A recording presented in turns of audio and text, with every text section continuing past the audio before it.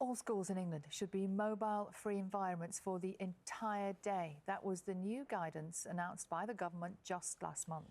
Now that guidance could be made into an official law, and a debate on banning smartphones in schools will take place in the House of Lords later today. Some head teachers say a total ban would be easier for them to implement, while others say it would bring challenges for those who need their phones for medical reasons or while they're travelling to school. We're joined now by head teacher David Smith and by Charlotte Ashton, co-founder of the campaign group Generation Focus. Morning to both of you.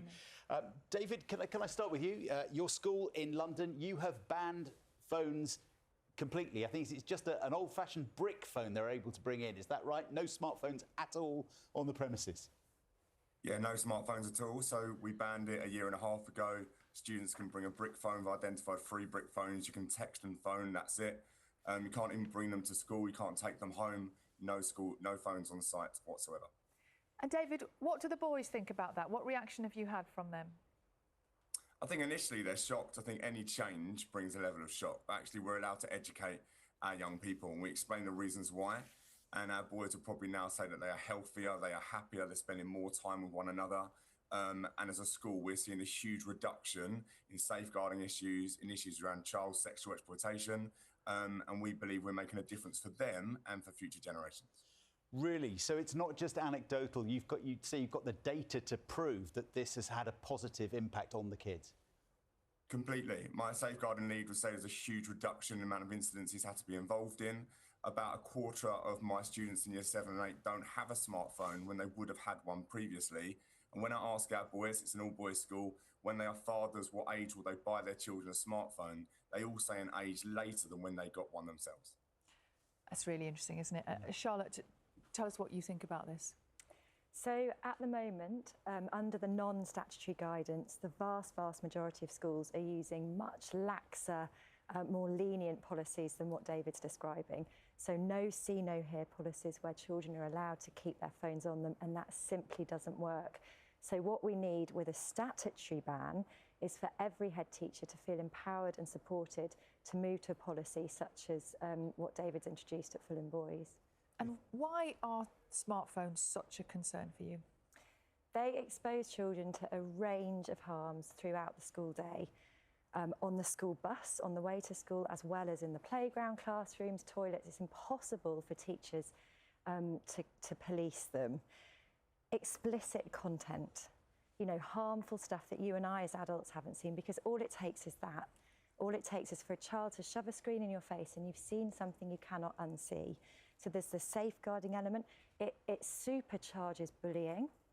Children are living with the constant threat of being filmed and photographed. So we hear from teenage girls particularly who sort of say they sit in lessons kind of worried that someone will inadvertently snap them. And then, of course, there's the distraction. So these are the world's most powerful distraction tools. They're designed to be maximally engaging. I struggle to concentrate with my phone in my pocket, let alone a 15-year-old who we're expecting to concentrate through maths. So there's a range of harms, and the thing that we can do now is introduce a statutory ban such that every child in this country is given protection and freedom from those harms while they're under the duty of care of the state. And potentially that's one of the things that the House of Lords will debate today. David, I was reading that in your school, your ban, that most of the kids have now accepted it, but it was some of the parents who were particularly reluctant. They didn't like the idea of not being able to contact their kids or being able to track their kids on phones during the day. Yeah, that's correct. There's a great book by Jonathan Haidt, The Anxious Generation, but I would say the most anxious of the parents, and having to re-educate parents about how to move through life with your children without using smartphones has been a challenge, but it's a challenge that we've embraced. All parents would agree about the content area. They believe that actually we're doing the right thing for their children, that we should be controlling the narrative and we should be saying, actually, this is why young people are important and this is who they are and this is what their identity is. However, they want to know how do they track their children, and we've had to talk about different methods of doing that, or actually how to let go a little bit, because you're safer without a phone than with one. David, what would you say to people watching now who think that, you know, phones, technology are the future for your pupils, that they're going to have to live with this and they're going to use it throughout their lives, and so sort of delaying it or almost denying it exists isn't realistic? I agree, it is the future. Technology is the future, and we're not denying it exists. We're just controlling the narrative. It's really important that we educate around sex before young people are having sex. It's also really important we educate around the world before the world gets their claws into them.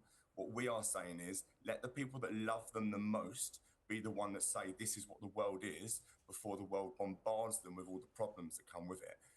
We want to embrace technology. We want to just slow it down and let children be children. And we care about them passionately, and we want to control that narrative.